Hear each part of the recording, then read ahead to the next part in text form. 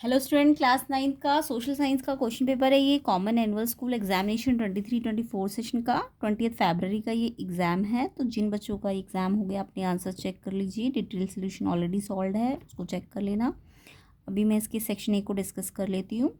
तो वीडियो को शेयर भी कीजिए, चैनल को सब्सक्राइब कर लीजिए। तो चलिए इसके सेक्शन ए के क्वेश्चन डिस्कस करते हैं, MCQs। तो सेक्शन ए का फर्स्ट क्वेश्चन है, the Government of India stores the grains wheat and rice procured through. तो इसका आंसर था आपका B option, Food Corporation of India. तो क्वेश्चन नंबर 1 का आंसर है आपका Food Corporation of India, B option. किस किस बच्चे का ये आंसर है कमेंट करके ज़रूर बताइएगा। कैसा गया एग्ज़ाम ये भी बताइए। पूरा फुल सोल्यूशन सॉल्व है इसमें ऑलरेडी, तो मैं लिंक डिस्क्रिप्शन में डाल दूंगी, चेक कर लेना। सेकेंड क्वेश्चन देखते हैं, Naveen is 10 years old and work as a waiter in restaurant, which fundamental right of Naveen is being violated. उसका कौन सा राइट वायलेट हो रहा है? अगर वो 10 साल का बच्चा है और वो रेस्टोरेंट में वेटर का काम कर रहा है तो उसका कौन सा राइट वायलेट हो रहा है? तो right against exploitation, C option. इसको डिटेल मैंने सोल्यूशन के साथ समझाया हुआ है, राइट अगेंस्ट एक्सप्लॉयटेशन क्या होता है, तो उसे भी आप चेक कर लीजिएगा डिटेल वीडियो को। तो इसका लिंक मैं डिस्क्रिप्शन में डाल दूंगी, तो चेक कर लेना।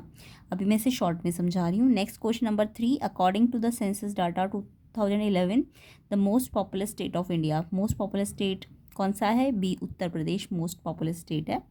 उसके बाद महाराष्ट्र है, बट पहले नंबर पे उत्तर प्रदेश है।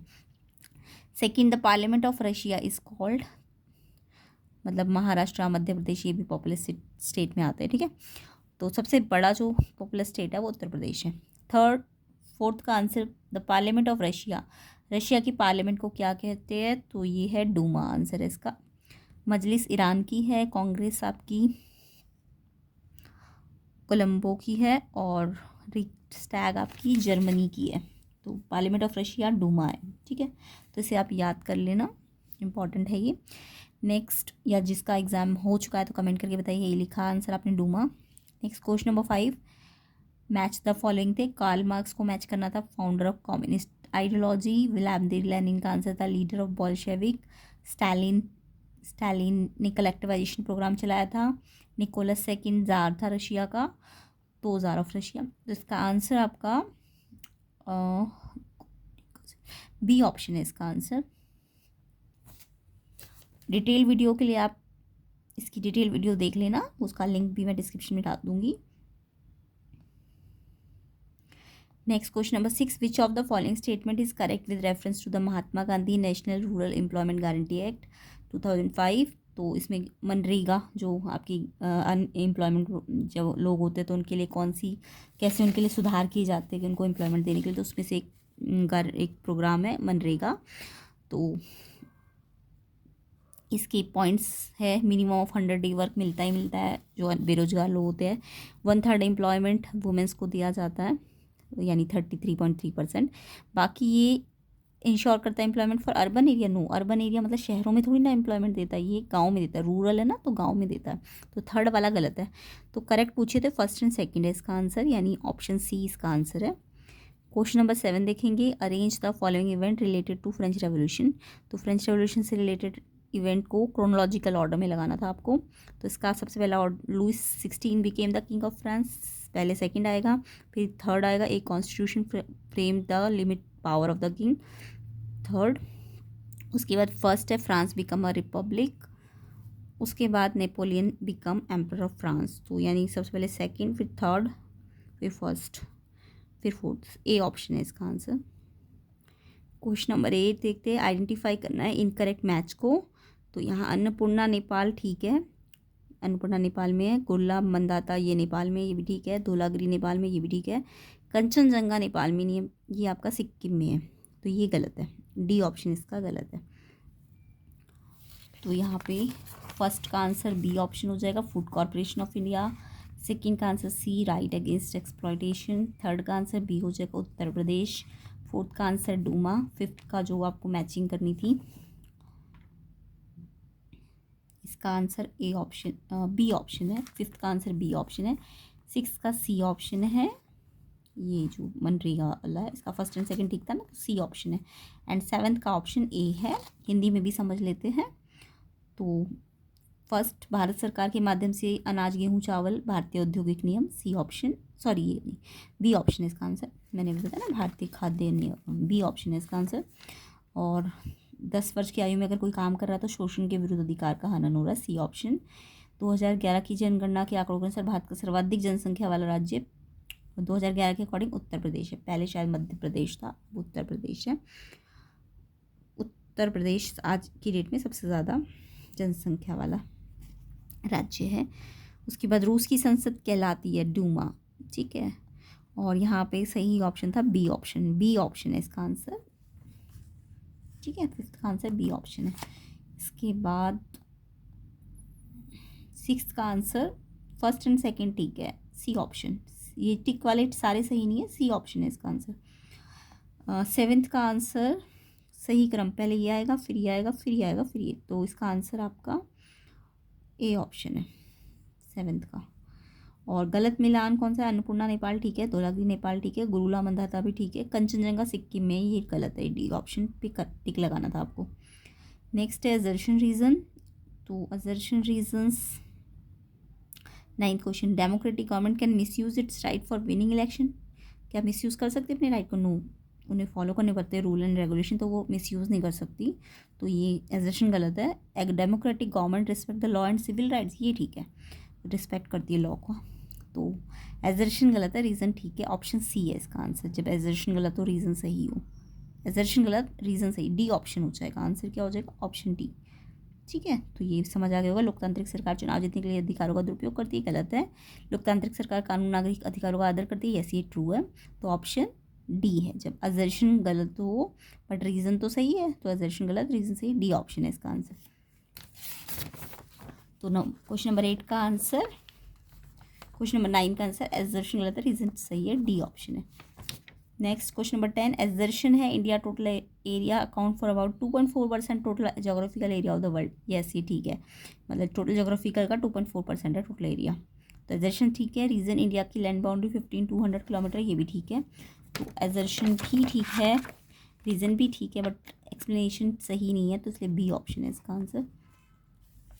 नेक्स्ट क्वेश्चन नंबर 10, assertion है green revolution means to India goal of self sufficiency in food grains, yes green revolution से फूड ग्रेन में सेल्फ सफिशिएंसी बढ़ी है इंडिया की।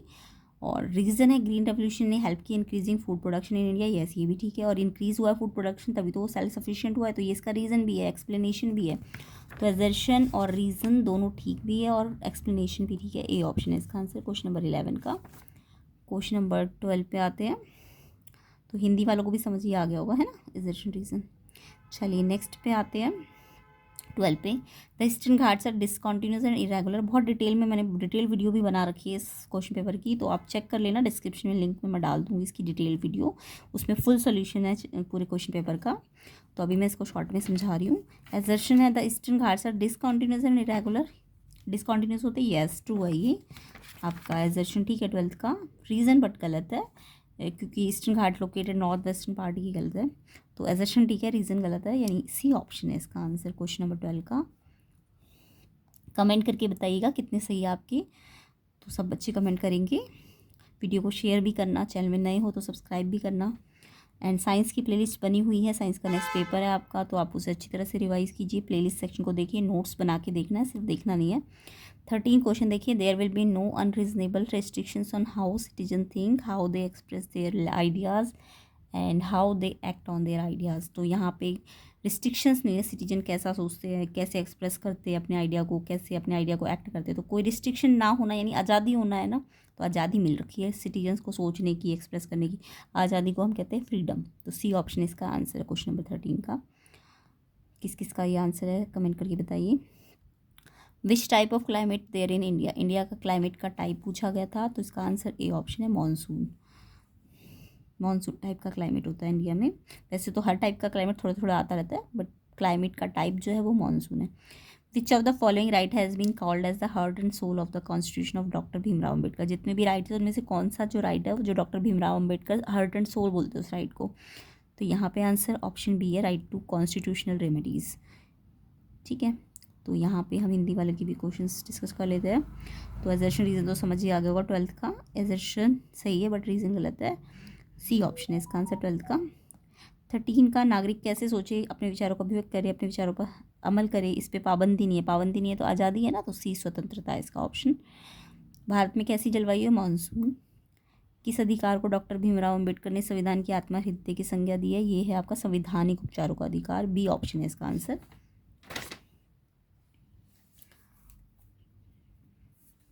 तो यहाँ पे 14 का आंसर है 15 का आंसर है आपका 13 का सी फ्रीडम, 14 का ए मॉनसून, 15 का बी क्या है आपका राइट टू कॉन्स्टिट्यूशनल रेमेडीज।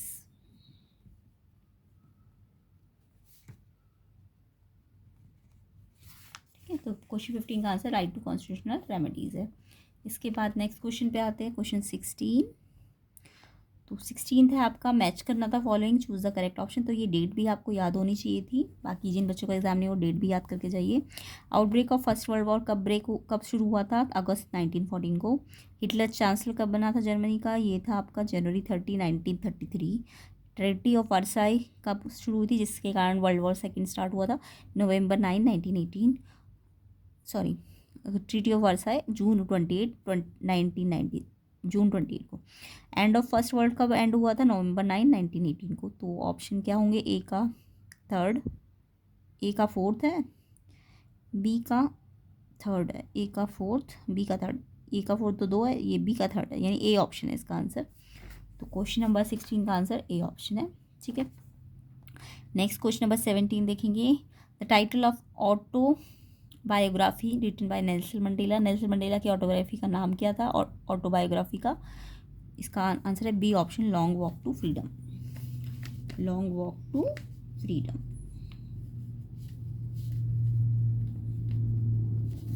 ठीक है, तो क्वेश्चन 17 का answer Long Walk to Freedom होगा। Next question, which of the following statement are true about Deccan plateau. Deccan plateau important question होता है, उसके पॉइंट आपको आने चाहिए। डेक्कन प्लेटू एक ट्रायंगुलर लैंड मास है, येस ट्रू है। डेक्कन प्लेटू इसके अलावा जो सबसे बड़ा प्लेट्यू है, लार्जेस्ट प्लेट्यू में आता है Deccan plateau. Triangular land mass delta मतलब ट्रायंगुलर शेप होती है उसकी, ट्रायंगुलर लैंड मास है, येस ट्रू है ये। Deccan plateau south of Narmada river है, ये भी ट्रू है। डिटेल में मैंने आपको समझाया है क्वेश्चन पेपर में, डिटेल फुल सोल्यूशन वाली जो वीडियो है उसमें चेक कीजिएगा। Third, Satpura range lies in the north of the Deccan प्लेटू, ये भी ठीक है। तो तीनों ऑप्शंस ठीक है, करेक्ट है। तो करेक्ट ही पूछे ना ट्रू वाले, तो 1 2 3 ऑल, डी ऑप्शन है इसका आंसर। तो क्वेश्चन नंबर 18 ऑल है, ठीक है, डी। नेक्स्ट क्वेश्चन देखते हैं 19।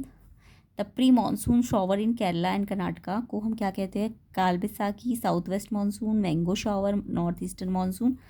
तो प्री मानसून जो केरला में होते हैं, कर्नाटका में, उसको मैंगो शॉवर कहते हैं, क्योंकि ये मैंगो के पकने के लिए, मैंगो पकने के टाइम पे होती है, जब मैंगो राइप होते हैं ना, तो उस टाइम पे ये मानसून आता है, मैंगो शॉवर कहते हैं इसको।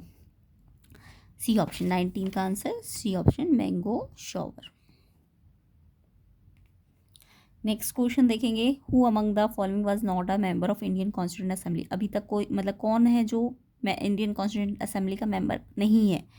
तो यहाँ पे जवाहरलाल नेहरू तो है मेंबर, जयपाल सिंह भी है, वल्लभ भाई पटेल भी। कौन नहीं है, महात्मा गांधी, वो सिर्फ फ्रीडम फाइटर थे, वो मेंबर नहीं थे इंडियन कॉन्स्टिट्यूंट असेंबली के। तो यहाँ पे ए ऑप्शन है महात्मा गांधी, जिनको राष्ट्रपिता कहा जाता है, फादर ऑफ नेशन। तो ए ऑप्शन इसका आंसर है, जो कि इंडियन कॉन्स्टिट्यूशन असेंबली के मेंबर नहीं है। तो क्वेश्चन 20 का answer A option, Mahatma Gandhi. ठीक है, अब इसके हिंदी में भी डिस्कस कर लेते हैं। तो इसका मैंने आंसर आपको बताया। प्रथम विश्व युद्ध का आरंभ हुआ था 1 अगस्त 1914 को। हिटलर जर्मनी के चांसलर बने थे 30 जनवरी 1933 को। वर्साई की संधि हुई थी 28 जून 1919। प्रथम विश्व युद्ध की समाप्ति हुई थी 9 नवंबर 1918। ए का थर्ड, ए का फोर्थ, बी का थर्ड, ए का फोर्थ, बी का थर्ड, ए ऑप्शन है इसका आंसर। नेक्स्ट है, नेल्सन मंडेला ने कौन सी आत्मकथा का शीर्षक क्या है उनकी, Long Walk to Freedom, B option. कौन से दक्कन के पठार के बारे में सही है, दक्कन का पठार त्रिकोणीय भूभाग है, ठीक है। दक्कन का पठार नर्मदा नदी के दक्षिण में, ये भी ठीक है। सतपुड़ा रेंज दक्कन के पठार के उत्तर में है, ये भी ठीक है। तो यानी सारे ठीक है, डी ऑप्शन है इसका आंसर। नेक्स्ट, केरल और कर्नाटक में होने वाली मानसून से पहले वर्षा को क्या कहा जाता है, आम्र वर्षा, क्योंकि ये आम के पकने के टाइम पे होती है ना, इसके बाद आम पक जाता है। निम्नलिखित में से कौन भारतीय संविधान सभा का सदस्य नहीं था? कौन नहीं था? ये सब तो थे, जवाहरलाल नेहरू भी था, जयपाल सिंह भी थे, वल्लभ भाई पटेल भी थे, जवाहरलाल नेहरू भी थे सदस्य, बट महात्मा गांधी सदस्य नहीं थे। तो इसलिए बी इसका आंसर जो नहीं था पूछा है तो ए ऑप्शन है इसका आंसर। ये जो सारे टिक है वो बिल्कुल सारे सही नहीं है, ठीक है, ये इसका आंसर ए ऑप्शन है। अब इसमें हम सेक्शन बी के क्वेश्चन पेपर को देख लेते हैं, बट इसका सोल्यूशन आपको इसकी डिटेल वीडियो में मिल जाएगा। तो अभी फ़िलहाल तो बस ये क्वेश्चन पेपर देख लीजिए आप, कैसा गया एग्ज़ाम ये भी बता दीजिए कमेंट करके। ये सारे क्वेश्चंस के आंसर मैंने डिटेल में समझा रखे हैं इसकी लॉन्ग वीडियो में, डिटेल सोल्यूशन वाली वीडियो में, लिंक मैं डिस्क्रिप्शन में डाल दूँगी। बाकी इसको भी डिस्कस कर लेते हैं। नेबरिंग कंट्री ऑफ इंडिया जो बाउंड्री राजस्थान के साथ शेयर करती है वो है आपकी पाकिस्तान। नेबरिंग कंट्री इंडिया की जो अपनी बाउंड्री अरुणाचल प्रदेश के साथ शेयर करती है, इसके अंदर 3 कंट्री आती है, नेपाल, म्यांमार और China. Neighbouring country of India which share its boundary with Uttar Pradesh के साथ नेपाल कंट्री जो है वो बाउंड्री शेयर करती है। बाकी सब आंसर्स मैंने डिटेल में समझा दिए। फूड सिक्योरिटी मैंने बताया भी था इंपॉर्टेंट है, बहुत सारे क्वेश्चन इंपॉर्टेंट बता रखे थे। प्लेलिस्ट सेक्शन को देखिए जिनका एग्जाम नहीं हुआ है, एसएसटी की भी, साइंस की भी, मैथ्स की, सबकी प्लेलिस्ट बनी हुई है इंपॉर्टेंट क्वेश्चन पेपर्स की, तो चेक कर लेना। ये सेक्शन डी के क्वेश्चन है, पार्लियामेंट का क्वेश्चन इंपॉर्टेंट होता है, बताया था। Section E case based question, reverse क्यों इंपॉर्टेंट है इकोनॉमी के लिए, रीज़न रिवर पॉल्यूशन के, उसको कुछ कैसे ठीक किया जा सकता है, अनएम्प्लॉयमेंट के फैक्टर्स क्या क्या है, अनएम्प्लॉयमेंट के इफेक्ट क्या क्या है, कलेक्टिवाइजेशन पॉलिसी स्टालिन की समझा रखी है मैंने लॉन्ग वीडियो में, उसको चेक कर लीजिएगा। Describe the incident associated with October revolution से रिलेटेड इंसिडेंट। बाकी ये आपका section E case based questions. Exam कैसा गया, कितने मार्क्स आ जाएंगे आपके सेक्शन ए में, कमेंट करके सारे बच्चे बता देना। लॉन्ग वीडियो के लिए आप चेक कर लेना, इसकी डिस्क्रिप्शन में मैं लिंक में डाल दूँगी। ये इसका मैप वर्क आया हुआ है। A country related to central power in the first world war, a country related to allied power in the first world war. इसके बाद ये आपके क्वेश्चंस है।